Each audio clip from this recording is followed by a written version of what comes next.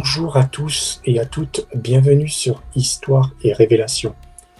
Aujourd'hui, nous plongeons dans un sujet brûlant, complexe et fascinant, et potentiellement inquiétant, l'intelligence artificielle.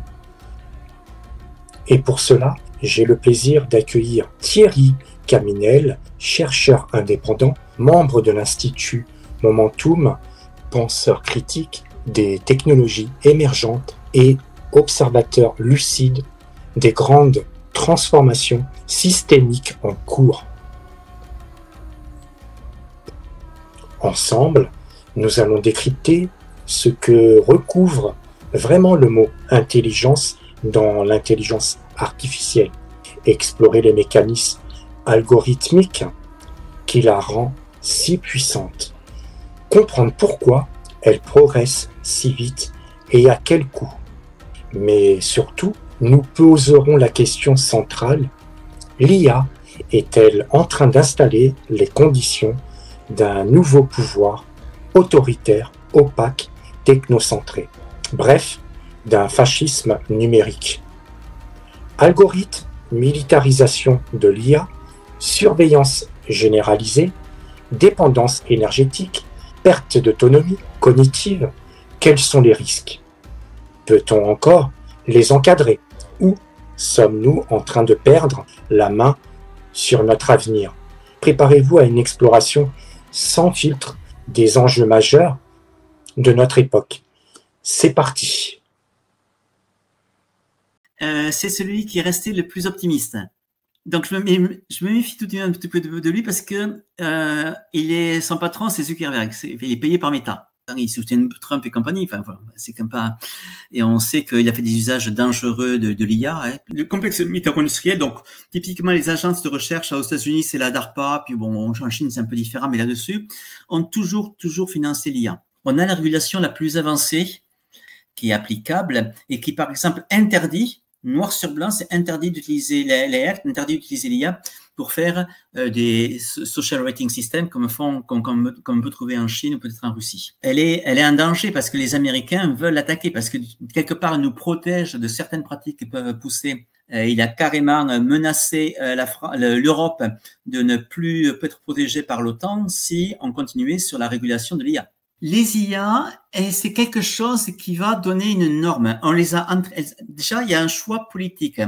Les gens qui font l'entraînement des modèles choisissent comment le modèle va répondre. C'est un choix politique. Quand Trump s'est fait élire, d'accord, la ChatGPT a répondu différemment à certaines questions sur le wokisme, sur des choses comme ça. C'est une décision de ce management, il a dit à ses équipes, maintenant, il faut qu'ils changent, que les réponses soient différentes. Donc, et le fait on va utiliser de plus en plus des IA que l'on ne contrôle pas et qui ont été entraînés par des gens qui ne sont pas forcément bienveillants. Donc ça, c'est le premier aspect qui va vers un darwinisme, parce que ces IA sont là partout. C'est-à-dire de remplacer des fonctionnaires par des IA. Aux États-Unis, c'est les Elon Musk, c'est les Peter Thiel, vous voyez, toutes ces personnes-là qui sont pas très démocrate, voire même pas du tout. Hein. Peter Thiel dit que la démocratie est une erreur. Techniquement, on ne sait pas contrôler un système multi-agent avec des objectifs en soi, avec des outils, etc.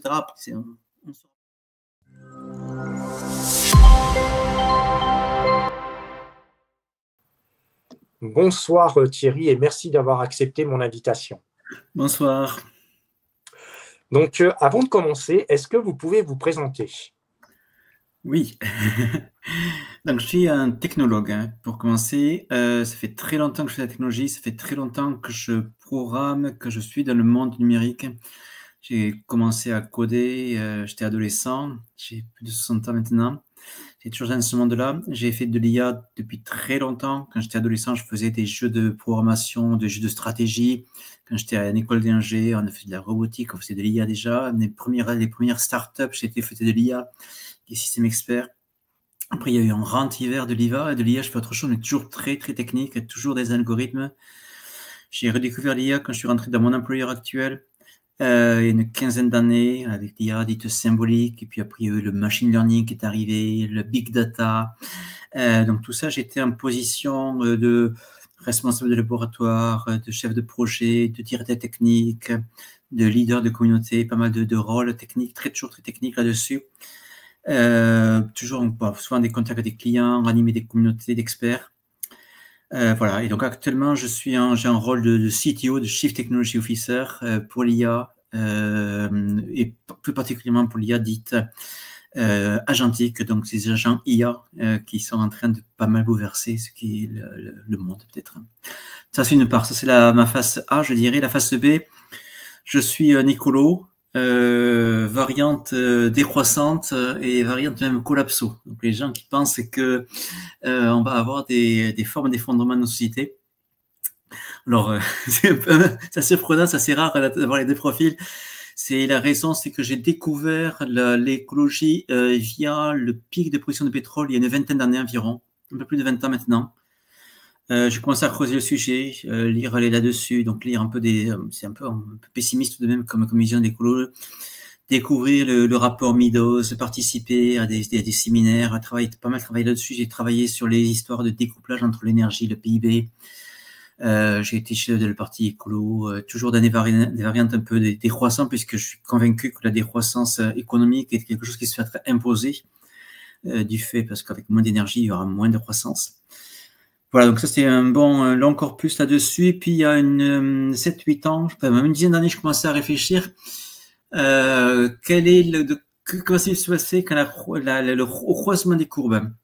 Quand d'une part la courbe de simplification de nos sociétés imposée parce qu'on va avoir moins d'énergie va croiser celle de complexité potentielle de la société permise par les algorithmes numériques et en particulier par l'IA. Voilà. Donc là, je pensais à réfléchir dessus. Donc ça fait 8 ans que je publie de temps en temps sur ça avec des visions un peu, on va dire, assez autonomes, en tout cas, qu'on ne trouve pas partout. Donc je travaille sur, par exemple, l'évolution. Pourquoi les algorithmes évoluent aussi vite, en particulier les algorithmes d'IA. Pourquoi c'est exponentiel. Donc il y a beaucoup de rétroaction, avec une vision un peu darwinienne des algorithmes. Je pense qu'ils évoluent de manière de génération en génération par des processus darwiniens, il y a beaucoup de rétroaction. J'ai une place fondamentale des algorithmes avec le rapprochement qu'il peut y avoir des algorithmes numériques avec des algorithmes génétiques ou mémétiques culturels. Et le numérique apprend à faire ce qu'on sait faire par apprentissage ou par la biologie. Sur ces points-là, ma pensée se rapproche pas mal de celle de Harari dans ses livres Sapiens et les suivants, Modéus, en particulier le dernier Nexus. Pareil, qui est développé un peu en parallèle de moi, avant moi. Enfin voilà, c'est assez marrant parce que lui il est historien, moi je suis ingénieur, et voilà, on a finalement des visions assez proches de ce que c'est que l'IA et quelque part quels sont les risques liés à l'IA derrière. Enfin bon, d'abord les algorithmes numériques et les rôles. Voilà, donc c'est une bonne vision aussi. Je vous encourage à regarder les histoires, ce que raconte Harari, c'est intéressant. Voilà. Donc là, je continue j'ai 2 casquettes. Donc d'un côté, je suis un professionnel. Je suis pas un chercheur autonome, comme vous l'avez dit. Je suis salarié. Donc je suis toujours CTO. Donc je réponds aux appels d'offres. J'aide mes équipes à monter en compétence sur l'IA. Je fais mon job d'expert en IA. D'un côté, et d'un autre côté, j'essaie également par des publications, puis voilà, par des échanges avec les uns et les autres, à partager la vision que j'ai sur les opportunités et les risques de l'IA. Avec toujours en faisant un gros effort de pédagogie. Un des gros soucis que l'on a, c'est qu'on comprend mal comment ça marche, pas du tout. Il y a beaucoup de bêtises qui se racontent. Il y a beaucoup de gens qui racontent des bêtises alors qu'ils se disent experts, alors qu'en fait, ils racontent ils ne savent pas, ils étaient experts il y a 20 ans de l'IA, où ils n'étaient pas du tout. Et du coup, ça biaise ce discours. Ça biaise, les gens ne savent pas comment ça marche, c'est évidemment, on peut tout raconter. Voilà, donc ça, j'essaie de faire pas mal de pédagogie pour expliquer quels sont les mécanismes sous-jacents, comment les IA apprennent. Il y a quand même débunker de temps en temps ce qui peut se dire. De manière pour le bien ou pour le mal. Enfin, je veux dire, il y a des choses, voilà, il ne faut pas être trop rassuriste non plus et trop catastrophiste non plus. Voilà. Yes, merci pour ces précisions. Et justement, moi, c'est vrai que j'ai trouvé ça intéressant parce que vous avez écrit un article justement sur l'Institut Momentum. Il y a un article que vous avez écrit le 1er mars 2025, le mécanisme et omniprésence de l'IA vers un fascisme numérique. Donc, très intéressant comme article. Donc, si les personnes sont intéressées, je vous conseille d'aller voir cet article. Et justement, moi, ça faisait un petit moment justement que je cherchais quelqu'un pour nous expliquer un petit peu sur l'IA, parce qu'on entend, comme vous l'avez bien dit, on entend tout et n'importe quoi. Oui. Et moi, j'avais déjà abordé des sujets sur les hackers. Et justement, quand je suis tombé sur une de vos vidéos, j'ai dit, tiens, ça serait intéressant qu'on puisse aborder le sujet sur l'IA, essayer de comprendre. Et justement, un sujet qui est intéressant parce qu'on entend beaucoup parler de l'algorithme. Qu'est-ce que c'est justement en quelques mots? Alors, j'ai une définition assez générale de l'algorithme. Quand on pense à l'algorithme, effectivement, en général, on dit algorithme numérique. En fait, c'est plus large que ça.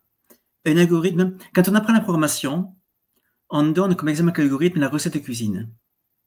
Et la recette de cuisine, c'est un algorithme, effectivement.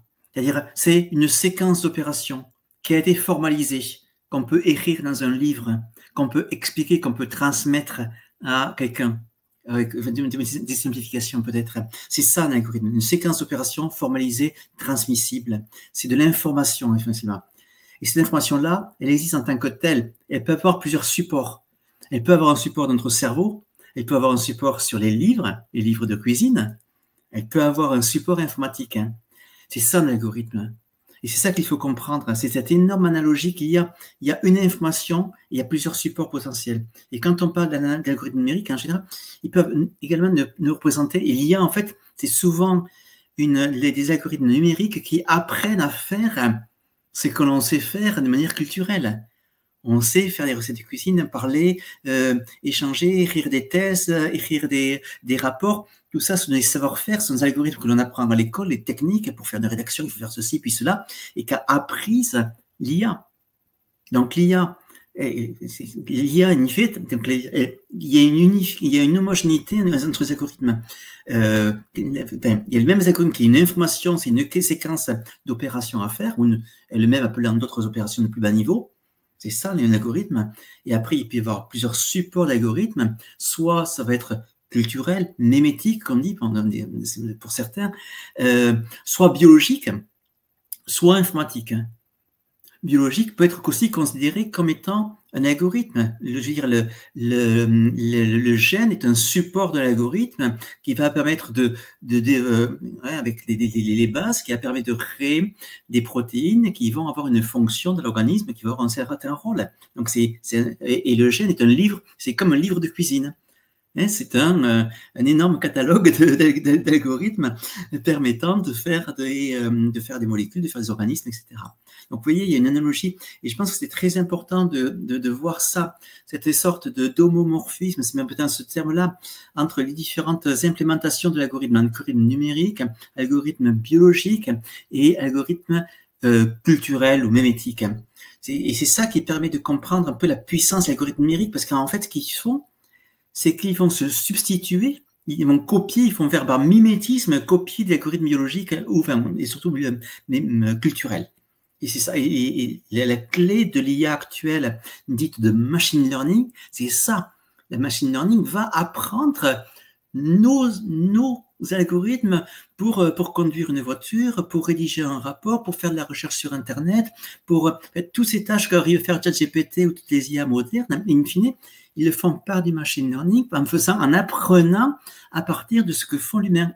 C'est in fine, si on considère, je sais pas, que écrire, que ChatGPT, par exemple, ne fait qu'implémenter des algorithmes et qu'il sait faire une rédaction ou résoudre un problème de maths, ça veut dire que bien, si nous on le fait ou un élève qui le fait dans les devoirs, fait également un algorithme, puisqu'il fait la même chose. Donc, faire un problème de maths, écrire une dissertation, résoudre un problème de physique ou un diagnostic médical, in fine, c'est l'algorithme. C'est un savoir-faire que l'humain a appris au fur et à mesure par l'apprentissage, par ses cours, etc. Et qui, in fine, qui peut être également exécuté, implémenté au numérique, grâce typiquement par l'IA.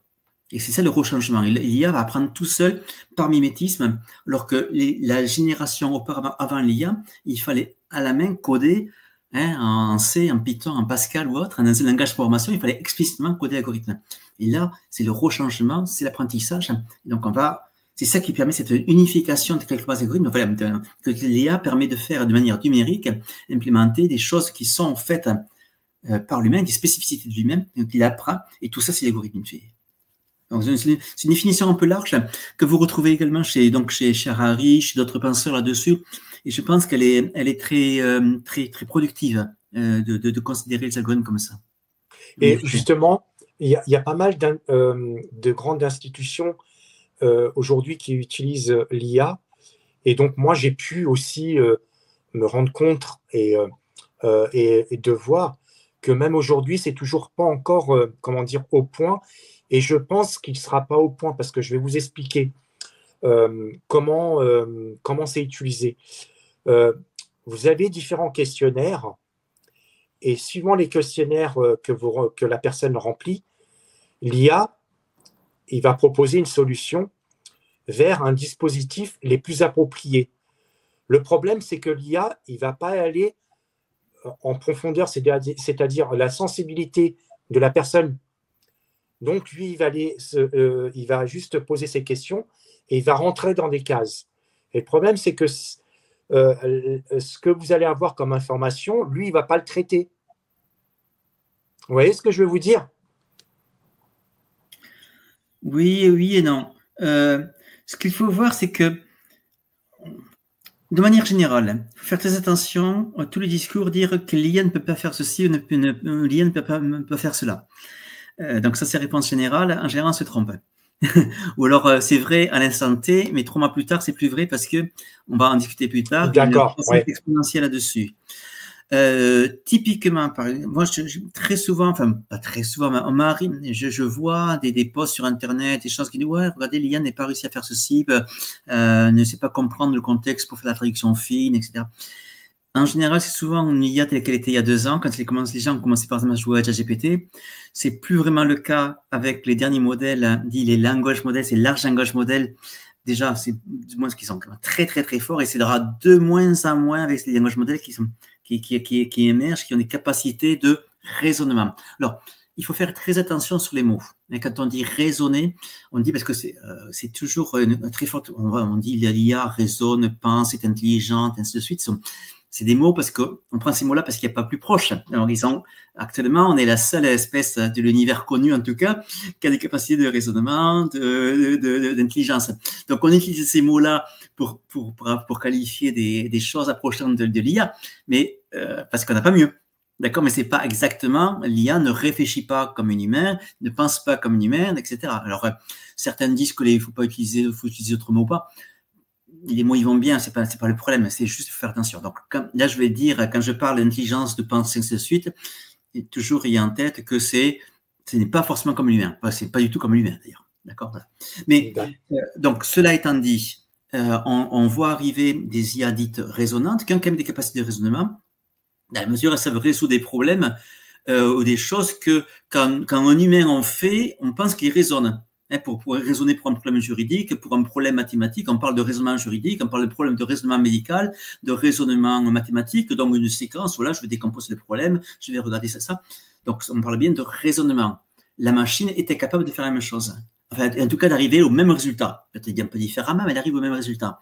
Donc, on est bien, si on dit il faut raisonner pour faire un problème médical ou juridique ou philosophique, si la machine arrive à des résultats à peu près équivalents, ça veut bien dire quelque part qu'elle raisonne. Même si la manière de faire est totalement différente. Voilà. Donc, pour répondre à ta question, attention, oui, il faut... L'IA est capable de comprendre beaucoup de contextes et d'affiner beaucoup de choses. Il faut être très prudent en dire l'IA ne peut pas faire ceci ou limiter. Voilà. D'accord. Et justement, on voit que l'importance aujourd'hui de l'IA, on revient en arrière il y a au moins 10 ans, mais là maintenant, on se rend compte qu'il y a pas mal de métiers qui sont amenés à disparaître. Un exemple concret, le graphique. Oui. Et justement, est-ce que éventuellement tous les métiers qui sont en lien, parce qu'on va en avoir beaucoup, est-ce qu'il y aura peut-être des emplois qui sont de nouveau créés justement pour combler cette perte d'un côté pour les remplacer d'un autre? Je vais prendre un exemple. Il y a des nouveaux métiers qui ont été inventés, comme le développeur web. Oui. Vous avez le community manager, des métiers qu'il y a 10 ans qu'on ne connaissait pas, mais que maintenant ils sont en lien. Est-ce qu'il y a d'autres métiers qui pourraient justement combler cette perte en termes de différents métiers en cause, entre guillemets, avec l'intelligence artificielle? C'est une question difficile, hein. Et puis quelque part, ça sort un peu de mes compétences. Alors, on voit quand même deux approches, des gens très sérieux qui disent que oui, surtout les économistes. Alors moi, ce que j'observe tout de même, c'est que les gens qui sont plutôt en profil économiste disent oui, c'est l'effet schumpeterien, ok, création, destruction créative de l'emploi. Enfin, il y aura des emplois par ailleurs. Très bien. Il y a quand même des gens très pointus en IA qui disent ça fera pas le lien, ça marchera pas. C'est pas suffisant. La destruction d'emplois avec l'IA est quand même considérable. Enfin, d'emploi ou d'emploi en tout cas. La quantité de tâches qui pourront être automatisées est quand même tellement significative que, in fine, certes, il y aura marginalement de nouveaux boulots, etc. Mais globalement, il y aura une très très forte perte d'emploi. Personnellement, je suis plutôt du côté du second point de vue, d'accord, parce que je suis plutôt collapso, parce que j'espère me tromper. En tout cas, ce que j'observe, c'est que le débat n'a pas lieu. Et on ne fait pas comme si, vous voyez, si je serais un politique, etc., je ferais comme si ce seraient les plus pessimistes qui avaient raison. Et puis, si on a tort, tant pis. Or, là, le débat n'a pas lieu. En tout cas, pas du tout en France. D'accord. Il n'y a pas de réflexion sur savoir qu'est-ce qui va se passer, quelle sera l'économie voilà, quels sont vraiment les impacts. Ok, pourquoi pas il y aura de nouveaux métiers, mais ok, quelles sont les nouvelles informations, comment les nouvelles formes de revenus, comment est-ce qu'il va falloir, comment est-ce qu'on va demander aux machines, est-ce qu'on va taxer les machines, hein, si c'est les machines qui font la place des humains. Par exemple, comment on fait? Est-ce que si les humains travaillent moins parce qu'il y a des machines, est-ce qu'on va mettre en place des revenus minimums? Il y a pas, ces réflexions-là n'existent pas en France, pas du tout. Les chercheurs qui travaillent sur ces thèmes-là, par exemple, typiquement sur les revenus minimums, ils sont à Stanford et au MIT, aux États-Unis, au cœur, c'est-à-dire dans les universités qui sont au cœur de l'innovation technologique. Parce que les économistes, là, ils voient ce que font leurs collègues et ils commencent à sentir un peu ce qui est en train de se passer. Voilà. Donc, je sais pas. Peut-être qu'on aura de bonnes surprises. Mais ce qui est désolant, c'est qu'on ne se prépare pas aux mauvaises potentielles. Voilà. Et encore une fois, c'est un peu générique. J'ai beaucoup milité sur le champ climatique. C'est un peu les problématiques là-dessus. C'est-à-dire, on se projette pas dans un monde avec la Terre à plus 3 degrés. Enfin, voilà, on est de la déni ou le solutionnisme. On ne veut voir que les aspects positifs ou les probabilités positives. Mais alors, on voit pas qu'il y a quand même de fortes chances pour que ça se passe mal et on se prépare pas. Et justement, j'ai vu une interview de Yann Lacune, l'un des pères fondateurs de l'IA, oui, que lui remet en question toute la stratégie actuelle de l'industrie par rapport à l'IA. Et donc, j'aurais voulu avoir votre point de vue par rapport à ce que lui dit. Yann LeCun, c'est une personne intéressante parce que effectivement, c'est un des Godfathers qu'on appelle des Godfathers, les grands-pères de l'IA. Il était dans l'équipe de 3 ou 4 ou 5 thésards à l'époque qui ont inventé vraiment le deep learning et toutes ces techniques-là. C'est celui qui est resté le plus optimiste. Tous ses collègues qui bossaient à l'Université de Montréal, beaucoup au Canada par là, ils sont devenus plutôt très pessimistes sur l'IA. Bon, donc je me méfie tout de même un petit peu de lui parce que son patron, c'est Zuckerberg, il est payé par Meta. Donc c'est un tout de même, quand on demande son avis, c'est un peu comme on demande l'avis sur les tabacs au directeur technique ou au directeur de la recherche de Philip Morris. Ouais, il y a un biais potentiel. Alors, je dis pas je pense qu'il y a un peu des deux. Je pense que fondamentalement, il est optimiste là-dessus et il pense qu'en tant que chercheur, donc il est aussi chercheur très engagé, donc il pense qu'il y a une impasse technique avec le langage modèle et que lui, les approches qu'il pousse, d'autres approches sont meilleures. Donc ça, il a également sa conviction normale d'un chercheur quoi, qui a ses pistes de recherche. Il y a d'une part. Je pense tout de même qu'il peut pas raconter n'importe quoi parce que bon, il est quand même payé par Meta, qui sont pas comme Zuckerberg n'est pas forcément le chantre de voilà, c'est quand même bon, il y a temps il soutient Trump et compagnie, enfin voilà, c'est quand même pas et on sait qu'il a fait des usages dangereux de l'IA, hein, avec les algorithmes de recommandation de Facebook sont des dangers pour la démocratie. Voilà, donc je ferai tout petit peu attention à ce que dit Yann LeCun pour cette raison-là. Il y a des collègues à lui, notamment Ilias Sutskever, ils étaient vraiment collègues, hein, ils étaient tous les deux dans le même laboratoire, qui lui pense que l'approche actuelle de l'IA avec les langages modèles, etc., peut très bien, on peut arriver jusqu'au l'IA, l'agile, l'artificial general intelligence, qu'ils sont capables d'embarquer des modèles du monde.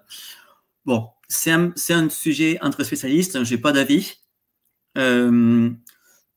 J'ai une petite préférence, voilà, pour ce que raconte Sutskever parce que je pense un peu plus autonome. Et il a quitté, il était le patron de la recherche d'OpenAI, il s'est fait virer quand il y a eu le clash avec Smaltman. Bon, après, j'ai pas d'avis plus que ça. J'ai pas. Et justement, au niveau point de vue, parce qu'on sait très bien que l'IA a été, entre guillemets, un des points stratégiques du complexe militaro-industriel. Est-ce que vous pensez peut-être que justement ce complexe militaro-industriel aurait un IA que nous on a, mais beaucoup plus performant que le nôtre?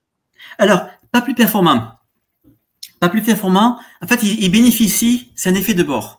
Ce qui se passe, c'est que le complexe militaro-industriel, donc typiquement les agences de recherche aux États-Unis, c'est la DARPA, puis bon, en Chine c'est un peu différent, mais là-dessus, ont toujours financé l'IA. Toujours. Bon, ils financent tout, hein. Ils financent tout. Bon, mais c'est grâce à ça que beaucoup d'innovations de rupture sont apparues, le GPS, Internet, les microprocesseurs, il y a plein de choses là-dessus. Et pas mal, donc c'est eux. Et comment ça passe? En fait, ce qui se passe, c'est que ils financent beaucoup de recherches, et puis ces recherches-là, quand elles aboutissent, il y a un thésard qui a un bon résultat, une start-up qui se crée là-dessus, et à un moment ou un autre, cette idée-là, ce travaux des thésards ou cette start-up va être récupérée par, on va dire qu'aux États-Unis, les GAFA, Microsoft, Google, etc., qui va incorporer, soit ils vont récupérer les personnes, soit ils vont acheter la boîte, ou ils vont, voilà. Donc ça va s'incorporer. Donc, c'est les algorithmes numériques, les approches qu'ils ont développées vont être intégrées dans ce corpus-là des Microsoft, des Google et compagnie. Et c'est ce corpus-là qui va servir aux militaires in fine pour faire des systèmes d'armes plus efficaces, des nouveaux radars, des drones autonomes, etc., etc. Donc, vous voyez, donc les militaires vont profiter par effet de bord quelque part. Donc, ils engendrent, c'est eux qui sont moteurs. Ils laissent faire le business derrière, hein, puisque ça va se développer pas forcément sans eux, hein, ou sans qu'ils aient besoin de trop pousser. Surtout maintenant, il y a beaucoup de business. C'est pas comme la bombe atomique où c'est les seuls à pouvoir financer. Et là, ça tourne par ailleurs, mais quand même, ils en profitent. Hein. Donc ça, c'est la première dimension. La deuxième dimension, alors c'est très clair aux États-Unis, peut-être que c'est pareil en Chine, je sais pas, c'est le mécanisme des revolving doors, c'est-à-dire que les gens, quand on regarde le mouvement des personnes entre, d'un côté, les Facebook, Meta, etc., donc les grosses boîtes qui font du numérique, et les agences de renseignement militaire américaines, ça tourne dans tous les sens. C'est-à-dire qu'un ancien patron de Facebook va aller au NSA, un ancien patron du NSA va se retrouver chez Google. Vous voyez, ça tourne dans tous les sens. Donc, ce qui fait qu'il y a quand même une connexion très forte qui se fait au niveau des personnes, de leur savoir-faire, du réseau, entre le système militaro-industriel et les instances de pouvoir de renseignement et militaire. Alors, c'est sûr, c'est parfaitement documenté aux États-Unis. Je suppose que c'est à peu près les mêmes mécanismes que l'on voit en Chine. Alors la Chine, c'est un tout petit peu différent, mais parce que c'est plus avec le Parti communiste chinois qui contrôle à la fois les universités d'élite, plus quelques les Ross, les Ross boîtes, les Alibaba et autres. Donc c'est un tout petit peu différent. Mais je pense qu'on trouve des choses équivalentes tout de même. Voilà. Donc vous voyez, c'est un système couplé en fait qui marche là-dessus, où il va y avoir une accumulation d'algorithmes de savoir-faire au niveau de certains endroits sur la planète. Donc aux États-Unis, essentiellement en Chine. Donc essentiellement dans des entités privées comme les Microsoft, les Google et ainsi de suite, mais qui bénéficient au système de défense de manière générale. Et ce système de défense, c'est lui, in fine, qui va garantir la pérennité de tout le système, puisque c'est lui qui va pouvoir assurer l'approvisionnement en matière, en énergie qui est nécessaire pour faire tourner le système. Voilà. Donc ça, c'est vraiment les visions que j'ai développées depuis quelques années. Et jusqu'ici, je trouve qu'elle marche pas mal. Et justement, est-ce que, à votre avis, nous, en Europe, on va arriver au même niveau que la Chine, c'est-à-dire sur le contrôle, aussi bien l'euro numérique, contrôle, comme on appelle le contrôle à la chinoise. Il y a certains pays comme la Russie qui ont déjà installé un petit peu tous ces systèmes de contrôle. Est-ce que vous estimez qu'on va y arriver en Europe aussi, au contrôle? Alors, il y a deux aspects à la question. Il y a primo, la question, l'Europe est en retard par rapport à la Chine, aux États-Unis, au niveau du déploiement des algorithmes, au niveau des plates, voilà, on va utiliser Amazon, Google. Quand on fait une transaction bancaire, c'est Visa, c'est aux États-Unis. Quand on fait une recherche sur Internet, c'est Google, c'est aux États-Unis. Quand on fait, voilà, il y a énormément de services qu'on a pour l'assurance, pour les banques, tout ça, c'est hébergé par des États-Unis. De toute façon, on dépend énormément des États-Unis là-dessus. Donc, primo. Au niveau du déploiement de l'IA, on est totalement en retard. Bon, on a Mistral, mais voilà, enfin, il y a 50 boîtes aux US, 30 boîtes en Chine, puis la France est en fort, et en Europe encore pire.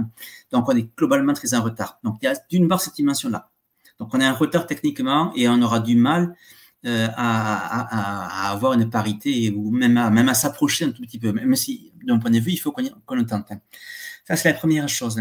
La seconde chose, c'est qu'en Europe, on a encore pour quelques temps beaucoup de régulations. On a la régulation la plus avancée. On a par exemple l'AI Act, qui a été voté, enfin, qui est maintenant depuis le mois de mai de mémoire, qui est applicable et qui, par exemple, interdit, noir sur blanc, c'est interdit d'utiliser l'AI Act, interdit d'utiliser l'IA pour faire des social rating systems comme on peut trouver en Chine ou peut-être en Russie. Donc là, c'est interdit. Donc, il y a quand même une régulation européenne qui est assez forte, qui interdit ce genre d'usage. Alors, elle est en danger parce que les Américains veulent l'attaquer, parce que quelque part, elle nous protège de certaines pratiques qui peuvent pousser les boîtes américaines. Et je ne sais pas si vous vous rappelez, quand le vice-président Vance a fait son intervention à Munich il y a quelques mois, il a carrément menacé l'Europe de ne plus être protégée par l'OTAN si on continuait sur la régulation de l'IA. Voilà. Donc, c'est quelque chose, de mon point de vue, sur lequel il faut se battre pour protéger la régulation européenne. Mais ça va être dur. On est mal barré. On est mal barré. Sur ça, je pense qu'on peut y arriver, mais ce sera plus facile de garantir les régulations, je pense, en tout cas certaines formes, que de monter en compétence et de rattraper technologiquement les Chinois et les Américains. Là, c'est un vrai challenge. D'accord. Donc, on peut dire en quelque sorte sur ce sujet, on est un petit peu pour l'instant, on est épargné, on ne va pas être contrôlé comme à la chinoise. Non, je pense, enfin, en tout cas, après, vous avez observé que toute l'Europe a de plus en plus des gouvernements de droite, voire d'extrême droite. Ouais. Voilà. Donc après, voilà. Mais pour le moment, ils sont pas suffisamment en position pour pouvoir le faire. Mais bon, on verra l'avenir, quoi. Si oui. Et justement, quand vous avez écrit votre article, vous dites que l'algorithme forme une sorte d'écosystème darwinien. Donc, j'aurais voulu savoir qu'est-ce que vous voulez dire à ce sujet. C'est darwinien dans la mesure où regardez les recettes de cuisine. Les recettes de cuisine, elles évoluent de manière darwinienne. Un jour, quelqu'un a essayé de dire, ah, je vais faire je sais pas moi, un couscous, j'ai pas de viande, je vais essayer je sais pas moi, d'utiliser tel poulet, tel machin, tel truc, etc. Il fait une variante. Et cette variante-là, elle marche mieux que les autres. Il va les rire, elle va se répandre. Et quelque part, il y a beaucoup de pratiques culturelles qui ont évolué de manière darwinienne. Les pratiques agricoles, par exemple, le gars qui a inventé la charrue ou telle pratique, les pratiques guerrières, c'est bien les pratiques qui gagnent le mieux, les meilleures stratégies guerrières, les meilleures armes, bon, qui ont un effet darwinien puisque l'adversaire est éliminé. Donc, de manière générale, les algorithmes du sens large évoluent de manière darwinienne, c'est-à-dire qu'il y a une génération. Alors, on appelle ça du darwinisme généralisé. Il ne faut pas le voir avec l'eugénisme, etc. C'est-à-dire un mécanisme de génération de variantes, souvent par le hasard. Hein, vous n'aviez pas cet ingrédient pour la recette de cuisine et vous changez par autre chose. Voilà, puis ça marche bien. Donc, une partie, donc génération de variantes, évaluation, si elle marche mieux que les précédentes, et transmission aux descendants. On va écrire un nouveau livre avec la machine de recette de cuisine, on va la transmettre aux enfants, la tradition familiale va faire que c'est comme ça que l'on fait tel plat de cuisine, vous voyez, c'est ça. Et ça marche pour les pratiques familiales, pour les pratiques guerrières, ça marche pour les pratiques militaires, pour les agricoles, les pratiques culturelles, etc. Et c'est pareil pour les algorithmes. Alors, nativement, c'est déjà ça, même sans parler de l'IA, c'est déjà comme ça. Il y a par exemple, beaucoup d'algorithmes évoluent dans un monde open source. Donc, un exemple, supposons qu'un chercheur développe un nouveau algorithme, un mathématicien plutôt, voilà, une nouvelle méthode d'ordonnancer les tâches, d'optimiser l'optimisation des ressources sur un CPU, sur un calculateur, très théorique. Et puis, il va implémenter cet algorithme-là, il va le mettre en open source, et puis peut-être évoluer. Et il se peut qu'à un moment, cet algorithme-là, ces sources soient récupérées par les gens qui font le noyau Linux, d'accord, et incorporées dans le noyau pour optimiser les performances. Et quelques temps plus tard, ce noyau va être diffusé dans tous les systèmes Linux et vous l'aurez dans tous les smartphones, dans tous les calculateurs quasiment de la planète qui utilisent Linux. Donc là, c'est l'effet darwinien par excellence. Avec génération de variantes, peut-être que le chercheur n'avait pas du tout imaginé que c'était pour faire optimiser Linux. Il était juste un chercheur mathématique. Il a amélioré l'algorithme. Et puis après, de génération de variante à génération de variante, au moment, cette modification a été intégrée dans le corpus, dans le code natif du noyau Linux et répandue partout. Et ça, on voit bien que c'est un mécanisme très proche, in fine, d'une évolution d'un gène un peu par hasard, qui se trouve correspondre à une évolution intéressante pour résister à des maladies, pour être plus grand, enfin, etc. Donc une évolution darwinienne, et qui après se retrouve répandue sur toutes les, voilà, parce qu'elle apporte un avantage quelque part. Vous voyez, donc il y a vraiment une similitude très proche, donc c'est pour ça que j'appelle ça darwinien. Et alors, ça c'est avec les algorithmes classiques, à la limite qu'on écrit à la main, où c'est un chercheur, et ça va encore plus loin et plus vite avec l'IA. Parce que l'IA organise, en fait, quelque part, cette génération de variantes.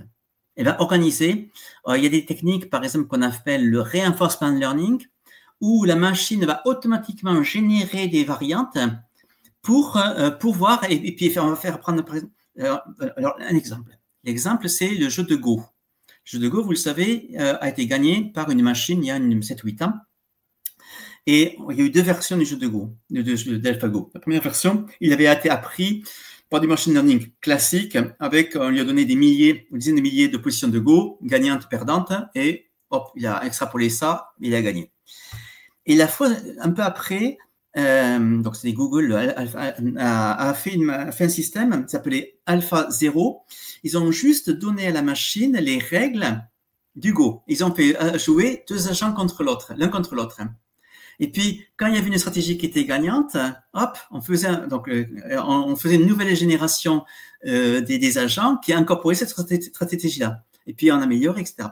Ils ont fait tourner ça des milliers de fois, et au bout d'un certain temps, le système est devenu plus fort que les versions précédentes, et donc n'est plus fort n'importe quel humain. C'est ce genre de technique que vous retrouvez dans les IA, dans les langages modèles les plus récents, par exemple, qu'on appelle qui savent raisonner. C'est exactement ce genre de technique qui est mise en œuvre. C'est-à-dire qu'ils vont apprendre tout seuls à s'améliorer, et ils se gênent, ils se donnent des problèmes, ils cherchent à résoudre des problèmes, ils cherchent un peu au hasard, Le référencement learning, c'est un peu comme la souris qui apprend à traverser un labyrinthe. Okay, au début, elle va à droite, à gauche, paf, à gauche, ça marche pas, hop, elle essaie à droite, ok, puis après elle revient, hop, elle est dans une impasse, elle fait marche arrière, elle essaie une autre stratégie. Donc la première fois, elle hésite, la deuxième fois, elle a mémorisé quelques stratégies gagnantes, et la troisième fois, poup, elle va directement. C'est ça que l'on fait. D'accord? Voilà. Donc c'est un peu essai-erreur. Et donc ce genre de mécanisme-là, il est au cœur de l'IA moderne, de l'apprentissage moderne en fait. Donc c'est un tout petit peu, voilà. Donc il y a un lien tout de même avec le darwinisme, dans le sens qu'on va générer aléatoirement, plus ou moins aléatoirement, des tentatives, vérifier lesquelles marchent le mieux avec une fonction d'évaluation qui va évaluer si oui ou non ça marche bien. La souris est sortie du labyrinthe ou pas, ou le problème a été résolu. Et puis on itère, jusqu'à arriver à des logiciels de plus en plus sophistiqués. Voilà. Bon, il y a d'autres techniques là-dessus, mais voilà, le darwinisme est assez crucial in fine dans l'évolution des algorithmes. Et c'est ça qui explique l'évolution exponentielle. Parce que là, jusqu'ici, l'évolution, quand on travaillait avec l'évolution darwinienne des recettes de cuisine ou des recettes d'agricoles, des recettes de bonnes pratiques, ben, il fallait des années, des générations. Je veux dire, il faut du temps. Oui. Tandis que là, on fait tourner pendant quelques centaines d'heures la machine et puis elle a essayé des milliers elle a émis des milliers de possibilités. C'est ça la clé. Il y a une accélération du processus. Et justement, vous parlez de IA moderne et d'intelligence. Oui. Et justement, en quoi l'IA moderne diffère-t-elle d'une intelligence humaine? Mais, déjà, bon, le support n'est pas le même. Voilà, elle n'a pas de on sait pas. Déjà, c'est des questions difficiles parce qu'on ne sait pas trop comment marche l'intelligence humaine. Voilà. Donc, et on ne sait pas non plus comment marchent vraiment les réseaux de neurones. C'est tellement complexe qu'on ne sait pas trop comment ça marche non plus. Donc, en fait, vous posez la question sur deux trucs où on ne sait pas très bien comment ça marche. Bon, ce qui est sûr, c'est que le substrat est différent. Hein, des neurones d'un côté, des transistors. Voilà. Après, à quel niveau se fait la différence? C'est une question. Ce que l'on voit, on voit quand même des idées. C'est peut-être pas si éloigné que ça. Alors, je veux dire, ce que l'on voit, les gens qui sont en train d'analyser, qui essaient de comprendre comment marchent les IA, comment c'est un peu magique, hein, ils savent pas. Donc ils vont utiliser, ils vont faire tourner pendant des milliers d'heures des supercalculateurs pour entraîner ce modèle-là. Après, on a des trucs, pourquoi c'est comme ça, ils ne savaient pas. Donc, ils commencent à regarder, à mettre le scalpel pour voir comment ça marche. Et on trouve des analogies. Il y a des gens qui voient des analogies entre l'organisation des neurones artificiels avec l'organisation qui peut, ce qu'on sait de l'organisation des cerveaux, de nos cerveaux. Bon, après, il faut aller pas trop loin non plus, quoi. Je veux dire, il y a quand même des différences fondamentales. Mais j'aurais plutôt tendance à dire qu'il y a c'est peut-être un peu plus proche que ce qu'on ne veut le croire. Voilà. Après, mais je suis prudent non plus, je peux me tromper. Enfin, c'est pas non plus un sujet sur lequel je travaille, mais ce que j'observe tout de même, en dehors de la discussion là-dessus, c'est que il me semble un peu trop tendance à considérer l'humain comme étant la seule entité pensante possible de l'univers. Vous voyez, puis, surtout quand on fait son travail, quand son travail est impacté par l'IA potentielle, les gens ont tendance, et c'est normal, c'est humain, c'est à se dire, bon, l'IA est moins forte que moi. Vous voyez, donc il y a cette tendance forte, et je pense, et puis je peux me tromper, mais que c'est une erreur. Enfin, en tout cas, c'est pas mauvais, c'est pas une bonne stratégie. Il faut considérer que l'IA arrivera à un moment ou à un autre. Alors, je sais pas si on peut parler de super intelligence ou d'AGI, etc. J'en sais rien, mais en tout cas, à des formes d'intelligence de raisonnement qui vont avoir supérieur à lui-même. Partout, hein. Je dis des formes il n'y aura pas un Einstein, une machine Einstein, vous voyez. Mais par contre, des chercheurs, on va dire plus classiques, plus besogneux, qui font de la recherche expérimentale, qui font des essais-erreurs, qui font de la recherche biographique, ainsi de suite, qui est quand même 80% du boulot enfin, j'en sais rien de la recherche. Ça, par contre, qu'il soit dans un premier temps assisté, puis éventuellement un peu remplacé par des IA, ça c'est possible. Et justement, dans votre article, vous parlez bien qu'on va vers un fascisme numérique. Et justement, qu'est-ce qui vous fait dire ça, justement? Alors, là, c'est un peu différent. Euh, les IA, c'est quelque chose qui va donner une norme. On les a déjà, il y a un choix politique. Les gens qui font l'entraînement des modèles choisissent comment le modèle va répondre. C'est un choix politique. Quand Trump s'est fait élire, d'accord, la ChatGPT a répondu différemment à certaines questions sur le wokisme, sur des choses comme ça. C'est une décision de Sam Altman. Ok, il a dit à ses équipes, maintenant, il faut qu'ils changent, que les réponses soient différentes. Donc, il y a un Sam Altman, le patron d'OpenAI, qui a décidé que la machine allait répondre différemment. Avant-hier, il y a quelques jours, il y a Rock qui est sorti. Donc, Rock, on lui pose des questions, le dernier qui est très, très puissant, et il reprend un peu la pensée d'Elon Musk. Hein, on va mettre des questions là-dessus. Il y a eu des tests là-dessus. On sait qu'il peut être un peu antisémite sur le bord. Enfin, il y a des trucs comme ça. Voilà, on retrouve un peu. Donc, c'est un choix politique tout de même. C'est-à-dire, il y a des stratégies.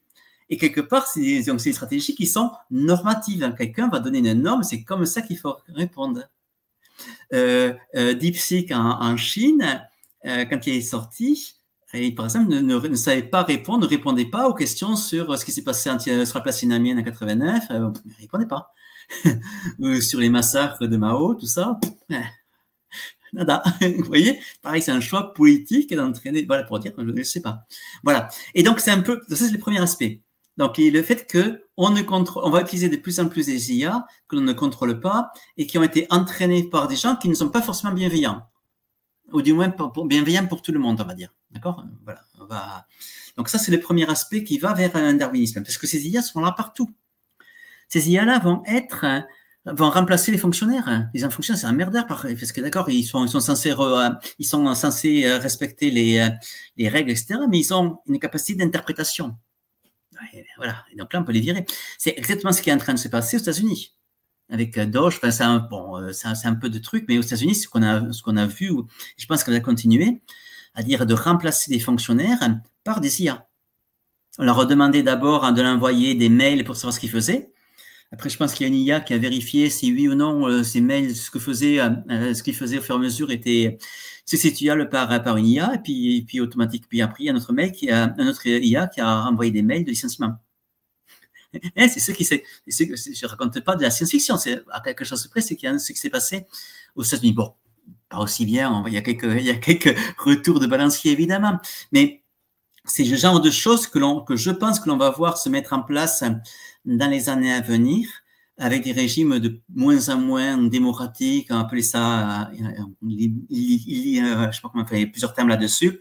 Donc, contrôlés par des élites, avec des très très forts liens entre la technologie, l'argent. Voilà. Donc, aux États-Unis, c'est les Elon Musk, c'est les Peter Thiel, vous voyez toutes ces personnes-là qui sont pas très très démocrates, voire même pas du tout. Hein. Peter Thiel il dit que la démocratie est une erreur. Et voilà, et ce gars-là, il est très actif, c'est lui qui va financer des IA, c'est lui qui va palantir un système d'IA pour utilisé par les gouvernements, et c'est lui qui a mis en orbite Vance, donc le vice-président des États-Unis, qui pourrait être projeté dans 4 ans devenir le président des États-Unis. Voilà, vous voyez. Donc, et ces gens-là ils ont un pouvoir en tant que tel, ils ont beaucoup d'argent, ils sont influenceurs sur les IA qu'ils ont développés soit chez eux, soit dans leur écosystème, parce qu'ils sont tous complices entre guillemets. Ils sont très fortement connectés au système militaire et de renseignement. Donc, vous voyez, il y a tout ce qui est en place pour faire des systèmes, des régimes. Alors, appelons ça fasciste, je ne sais pas si c'est le bon terme, mais techno-féodaux, il y a enfin plusieurs termes qui se... Autoritaire. Autoritaire, bon voilà, il y a plusieurs termes. Ce que j'aime bien, c'est techno-féodalisme, je trouve qu'il est pas mal. Mais bon, ouais. Il y a des gens qui sont spécialistes pour ça, moi je ne suis pas politologue, mais je trouve que c'est pas mal. C'est une forme de féodalisme qui se met en place, c'est peut-être un peu mieux que fascisme, bon, c'est un détail. Et justement, à votre avis, quelles sont les principales illusions que l'IA entretient chez le grand public? Waouh! Alors, il y a une première illusion, c'est ça ne m'arrivera pas. Ça ne m'impactera pas dans mon boulot. Ça, je le vois. Et quand ça impacte, c'est trop tard. Et puis d'abord, on va dire, ouais, mais en fait, c'est pas juste parce que je suis plus fort qu'elle. Ça, c'est le danger. C'est le danger parce qu'in fine, il y a de l'incompréhension et donc ça va conduire à de la colère, ça sera de la non-préparation et il y aura des conséquences qui seront vraiment dommageables. Bon, là encore, je fais le lien pour moi, enfin, crachement quantique, quoi. On veut pas le croire, on est un optimiste, non, ce sera pas si pire, non, c'est pas pour moi, voilà. Vous voyez, on a des biais cognitifs qui nous amènent à ça aussi. Donc moi, je dirais je vois ça. Ouais, je verrais l'essentiel. Après, dans le grand public, parce que le grand public, il n'est pas encore sensible aux des risques. Il y a de vrais risques, je pense, au niveau existentiel. Je n'ai parlé tout à l'heure des chercheurs qui disent, techniquement, on ne sait pas contrôler un système multi-agent avec des objectifs en soi, avec des outils, etc. On ne saura pas. Et je parle donc des gens qui sont prix Nobel, voilà, enfin, des gens un peu sérieux. Bon, eux, leur discours n'est pas entendu, il est pas audible en fait, donc il ne passe pas dans le grand public. Les gens ont des fois en tête Terminator parce que c'est des films. Oui. Ça n'arrivera pas. C'est pas Terminator. Ce sera d'autres formes de choses. C'est pas forcément le super IA qui va avec des fusils laser ou des trucs. Non, ça n'arrivera pas. C'est d'autres formes. C'est d'autres formes qui vont de danger. Donc le grand public est en fait assez peu informé sur les risques en cours. D'accord. Il y en a plein de risques. Donc j'en ai parlé. Donc il y a les risques d'autoritarisme. On va réduire considérablement la difficulté pour faire des agents pathogènes, faire des produits chimiques. On sait, les chercheurs on savent que maintenant, avec les derniers modèles anthropiques les plus puissants, on peut lui demander comment faire pour produire du sarin, qui est un poison. Vous voyez? Donc, je vous rappelle, il y a une dizaine d'années, il y avait un fou qui avait produit du sarin, il l'avait mis dans le métro de Tokyo. Donc là, la probabilité pour qu'il y ait davantage de fous qui font la même chose augmente. Oui. Oui, et le sarin n'est pas le pire. Hein. On peut imaginer que des gens un peu plus pointus, un peu plus avancés, mais pas tellement in fine, fassent des modifications de génome, de virus de la grippe, enfin voilà, faire un peu. Donc ça va réduire le ticket d'entrée pour faire des choses qui sont vraiment, vraiment dangereuses. Ça va totalement modifier les équilibres au milieu de la cybersécurité. Déjà, les attaquants, il y a toujours les attaquants qui sont un peu plus forts que les défenses, et on le voit sur l'augmentation des ransomware, etc. Il y a de plus en plus d'attaques informatiques. Avec l'IA, on va avoir des attaquants qui sont intelligents, qui vont travailler 24 heures sur 24, 7 jours sur 7, qui vont apprendre en continu des défenses, l'évolution, qui vont chercher sur Internet toutes les failles possibles, qui vont mutualiser, qui vont faire des milliers d'attaques en parallèle. Ça va et derrière la défense aura toujours du retard. Donc la défense va également utiliser de l'IA. Donc c'est de l'IA contre de l'IA avec toujours un avantage sur l'attaquant et ça risque de faire des gros dégâts. Ça peut avoir des conséquences du coup géopolitiques. On peut envisager que des États fassent des attaques contre les infrastructures militaires, énergétiques dans notre État. Vous voyez, avec ce genre de choses, ça va peut-être arriver. On parle de ça, des guerres contre la Chine contre les autres. Vous voyez, donc il y a quand même pas mal de choses, mais le grand public n'est absolument pas au courant de ça, ni même les politiques, ni quoi que ce soit, ou très peu.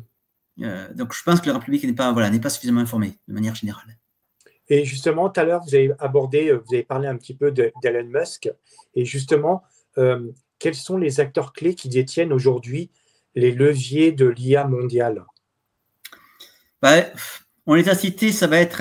Alors, d'un côté, ça va être donc les grands patrons donc d'Anthropic, enfin des différentes boîtes qui ont quand même un pouvoir. Donc Elon Musk, Altman, qui ont quand même beaucoup de pouvoir. Hein. Faut voir, comme vous vous rappelez, il y a quelques mois, il y a le board d'OpenAI qui a essayé de virer Altman parce que c'était des gars qui étaient avaient des conceptions assez éthiques de l'IA et qui étaient sensibles au risque. Ils avaient jugé qu'Altman allait trop vite, trop loin. Et in fine, ils ont été déjugés. Hein, et Altman est resté en place, il y a eu le week-end, parce que il y a de l'argent derrière et des gros bénéfices.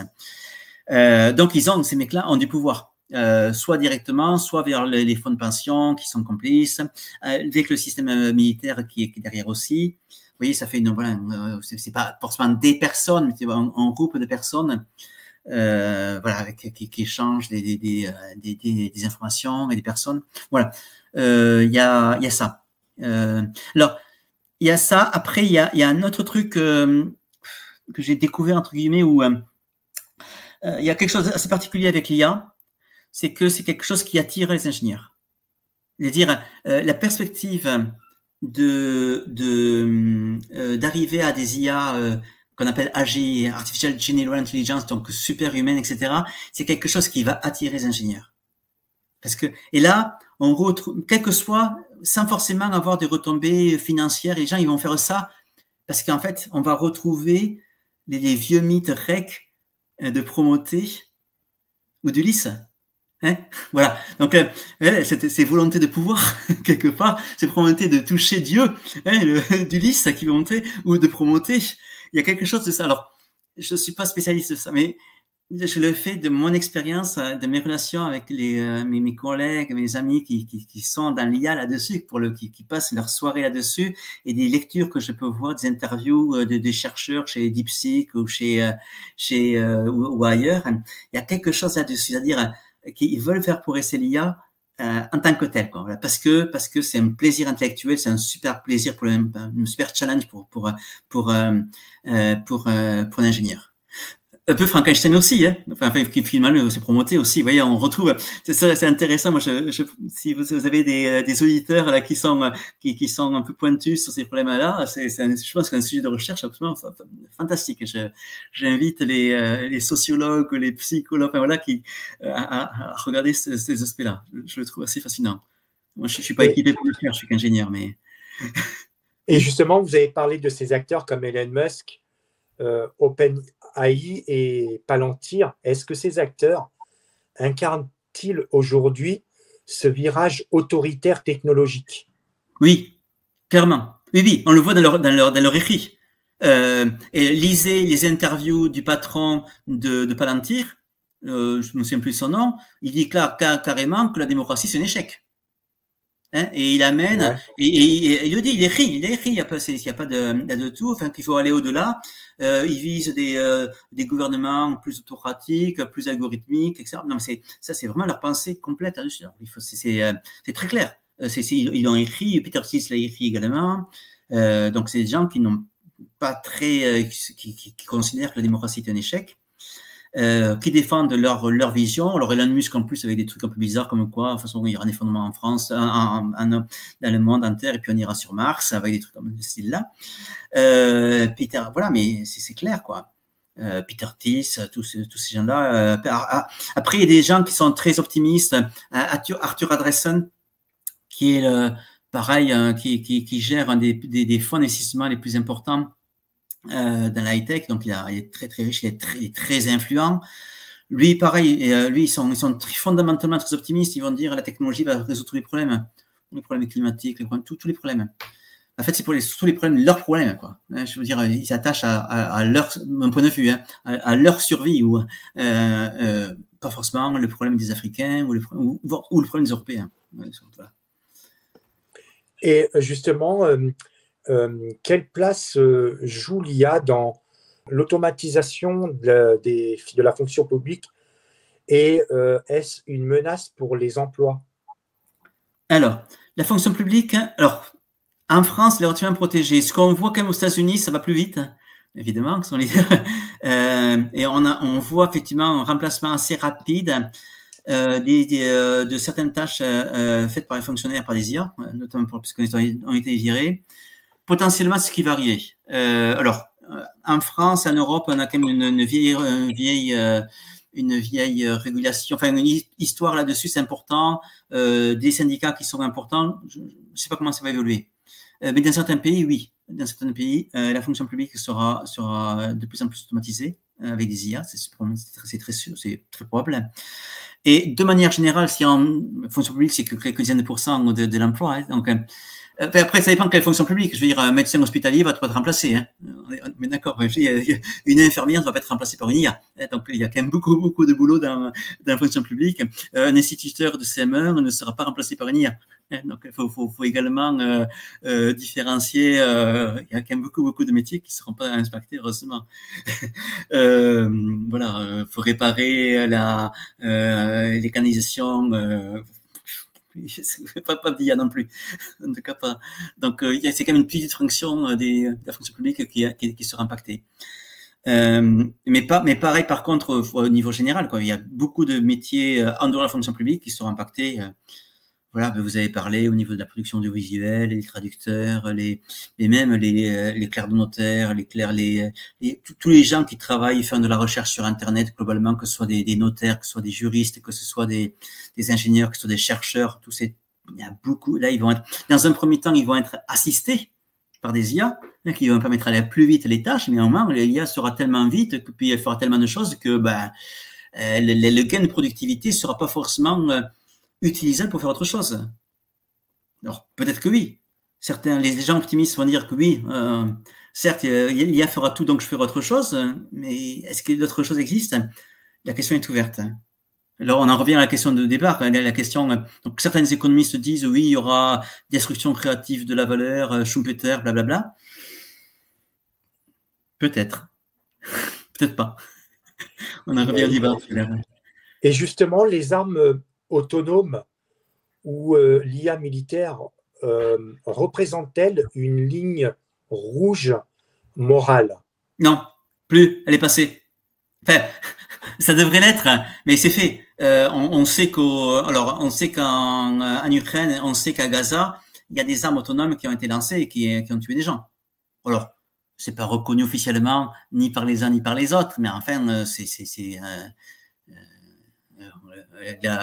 l'armée israélienne dit mais non, absolument pas. Certes, tout est automatisé. On a des IA qui effectivement qui sélectionnent les cibles, qui font les plans de vol des avions, qui font ça, mais c'est quand même l'humain qui autorise le tir. Bon, peut-être pas. Enfin voilà. Ouais. On a un peu de mal à croire ça. Hein. Bon, peut-être pour quelques temps, mais en tout cas, il y aurait rien. Voilà, il y a une ligne de code à changer pour que ça disparaisse.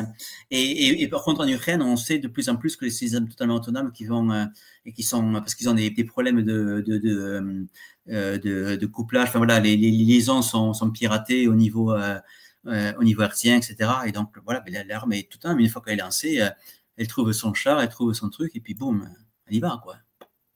Donc la ligne rouge, elle est dépassée. Voilà, elle est clairement dépassée. Ça, pendant longtemps, ça a été. Ça ne veut pas dire qu'il ne faut pas essayer de militer contre. Hein, il y a eu par exemple, les mines antipersonnelles ont été interdites. Alors, certes, certains pays ont continué à en développer, mais tout de même, bon, c'est plus compliqué. Ils se mettent en dehors, en limite des droits internationaux. Et c'est plus, voilà, vous voyez, il y a quelque part, je pense que la réglementation sur les mines antipersonnelles a tout de même freiné la diffusion des mines antipersonnelles. Donc, encore une fois, je suis pas spécialiste, mais c'est ce que j'entends. Et donc, c'est pour ça qu'il y a des gens qui militent pour la régulation de l'IA militaire, notamment pour qu'il n'y ait pas d'armes autonomes. Voilà. Donc, peut-être qu'effectivement, ça existe, mais il faut quand même essayer, militer pour que des réglementations se mettent en place au niveau onusien. Alors, tous ces organismes-là sont plus faibles depuis Trump, mais essayer tout de même, et peut-être qu'on arrivera à mettre en place des régulations et pour limiter autant que possible de dépasser cette ligne rouge.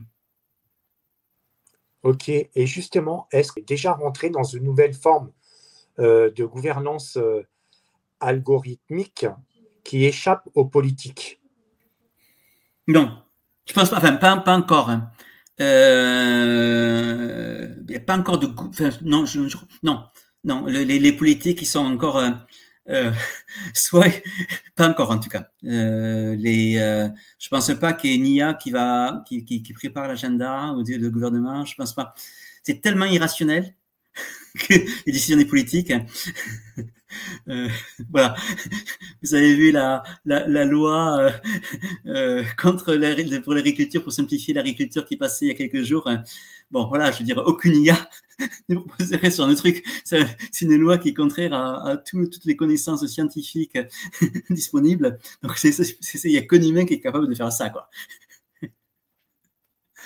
Alors, non, je ne dis pas pour autant qu'il faille que ce soit des IA qui remplacent les hommes politiques, mais des fois, quand même, on peut se poser la question. Oui. Bon, mais bon, je suis quand même prudent. En fait, bon, c'est pas forcément.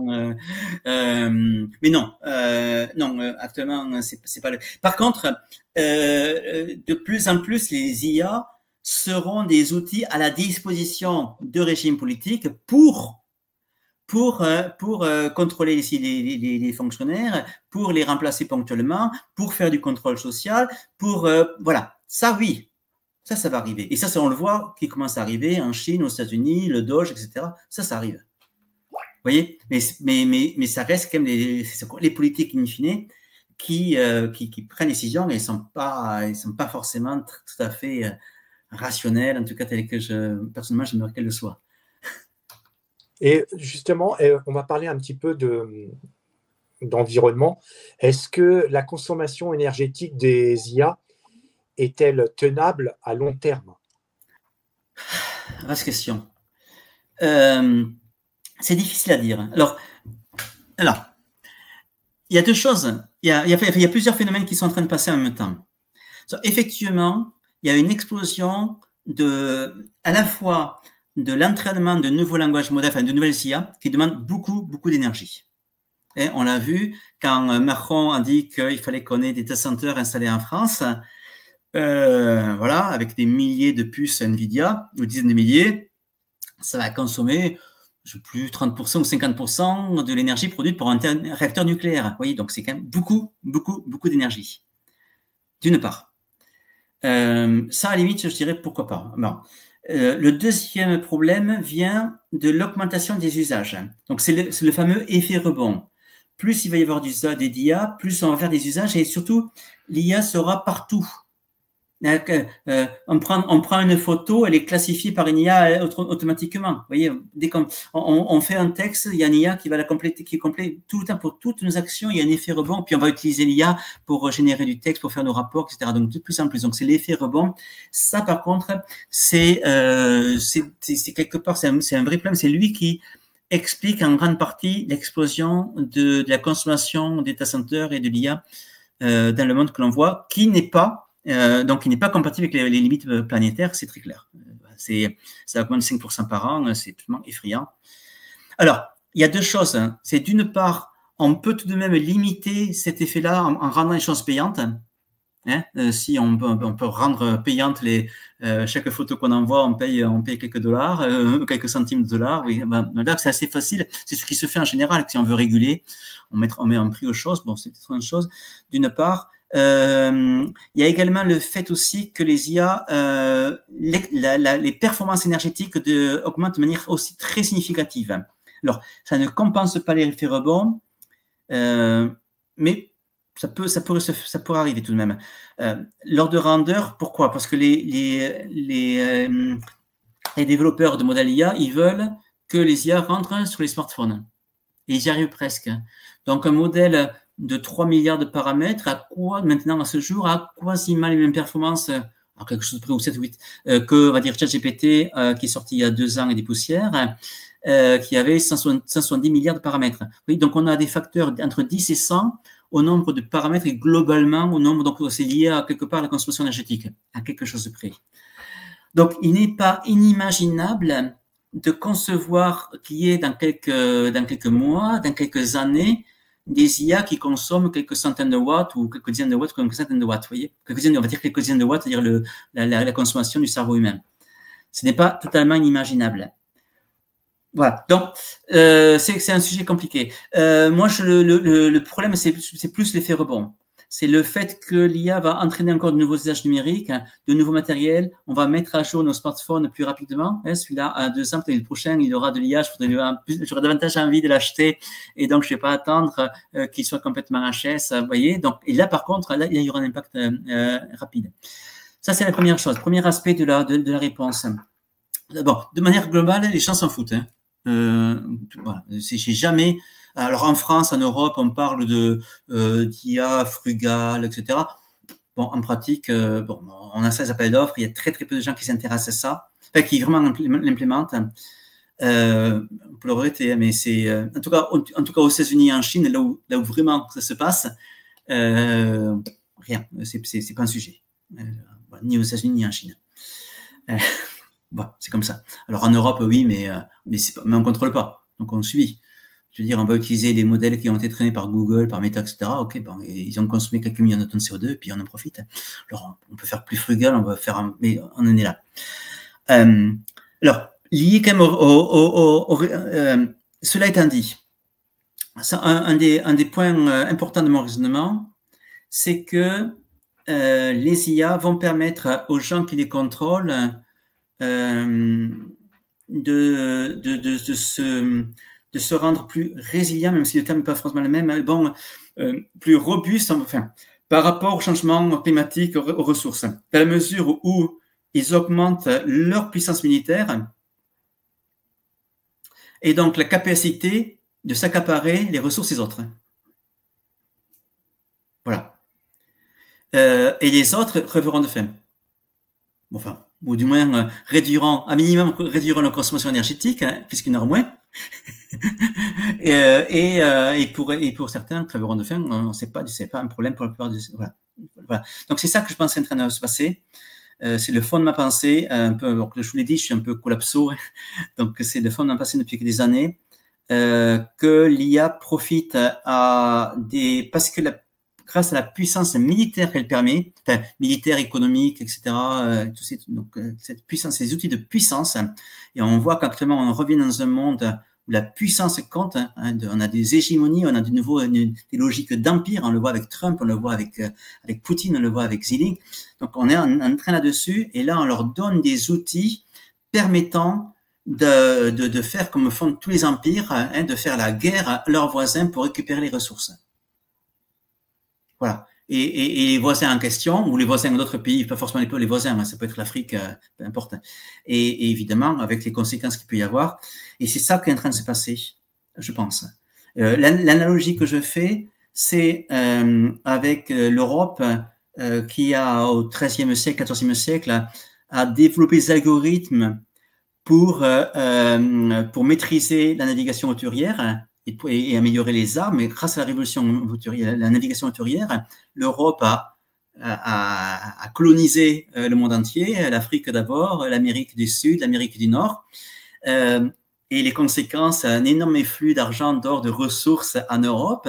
On a appelé ça en Europe la Renaissance. On a fait des cathédrales, on a fait des Michel-Ange, on a fait des magnifiques, des merveilles. Mais la conséquence également, ça a été l'effondrement vraiment de sociétés en Afrique, en Amérique du Sud, en Amérique du Nord, etc. L'effondrement. Je veux dire, les gens sont morts, les gens ont été mis en esclavage. Enfin, voilà, c'était ça qui s'est passé. Et grâce, in fine, à la puissance algorithmique, l'Europe n'avait rien de plus, si ce n'est un savoir-faire pour faire des armes, pour faire des bateaux qui traversent le monde, des pratiques guerrières un peu meilleures, etc. Et, il y a d'autres facteurs, mais en tout cas, cela est important. Voilà. Et je pense que c'est un peu ce genre de choses qui peut se passer avec cette nouvelle classe d'algorithmes numériques tirée par l'IA. Des outils de domination qui seront utilisés par ces nouveaux empires qui sont en train d'apparaître. Et nous, l'Europe, on est mal placés. Alors, je ne parle pas de l'Afrique, etc. Alors, c'est encore pire. Mais nous, on n'est pas forcément, cette fois-ci, dans le camp des vainqueurs, entre guillemets, des gens qui vont profiter de ça. On verra bien. En tout cas, c'est mon point de vue. Ok, juste avant de clore cette interview, j'ai encore une dernière question. Est-ce que vous êtes optimiste ou pessimiste quant à l'avenir de notre civilisation avec l'IA? Waouh! Alors, qu'est-ce que c'est que notre civilisation? En fait, c'est ça. Alors, je suis pessimiste. Alors, je pense que de manière générale, la civilisation techno-industrielle, telle qu'on est, donc basée encore beaucoup sur l'énergie et la connaissance, va se maintenir. Bonne nouvelle, on va dire. Donc, il y aura encore dans quelques décennies, on sait que je sais pas, en tout cas quelques décennies, on va dire, voilà, des chercheurs, des Picasso, de la recherche scientifique, etc. Ça peut arriver. Donc ça, c'est l'aspect positif. Là où je suis négatif, c'est que ça va être une boucherie ailleurs. Ouais. L'Afrique, parce que en fait, on a deux phénomènes qui vont se conjuguer. On a l'IA, et le changement climatique, le dépassement des limites planétaires. Donc, le changement climatique, les ressources, etc. Les deux vont se combiner. Donc, rien que le changement climatique et les réchauffements climatiques, déjà, ça va impacter une bonne partie des plusieurs milliards de personnes sur la planète. Okay, les ressources, les pics de production de pétrole, de gaz, etc. Également, ça va impacter beaucoup de gens qui n'auront pas accès à ça. Donc, toute nos sociétés sont basées là-dessus. Donc ça, rien que ça. Ce que rapporte l'IA, c'est des moyens pour certains, quelque part, de compenser, enfin, de récupérer, de encore continuer à aller récupérer les ressources, les dernières ressources de pétrole là où elles sont, ou aller récupérer des terres arables qui sont rescapées du réchauffement climatique. Voilà, récupérer donc des calories, de l'énergie, aux dépens de ceux qui sont par ailleurs les plus impactés par les événements climatiques, par les réchauffements climatiques, etc. Voilà. Donc, vous voyez ce que je veux dire? Donc, je suis globalement pessimiste quand même pour une bonne partie de l'humanité. Je pense que ça va être très dur ce qui va se passer. Mais certains, je veux croire, peut-être que je suis un biais optimiste pour ça, que ça peut bien se passer pour une partie, une minorité. Voilà. Donc, mais encore une fois, je n'ai pas des boules de cristal. C'était des réflexions. Mais c'est pas. J'ai essayé la meilleure réponse possible à votre question en quelques mots. Ok. Ok. En tout cas, Monsieur Caminel, je voulais vous remercier justement d'avoir accepté mon invitation et d'avoir justement répondu à mes questions autour de l'IA parce que c'est quelque chose j'estime pour moi de très important et surtout on entend beaucoup de contradictions autour de l'IA et donc d'avoir un point de vue vraiment technique par rapport à ça, je voulais vous remercier et donc voilà. Donc pour terminer, donc n'hésitez pas à liker la vidéo, à partager et moi je vous dis à très bientôt. Passez une très bonne soirée. Merci à vous.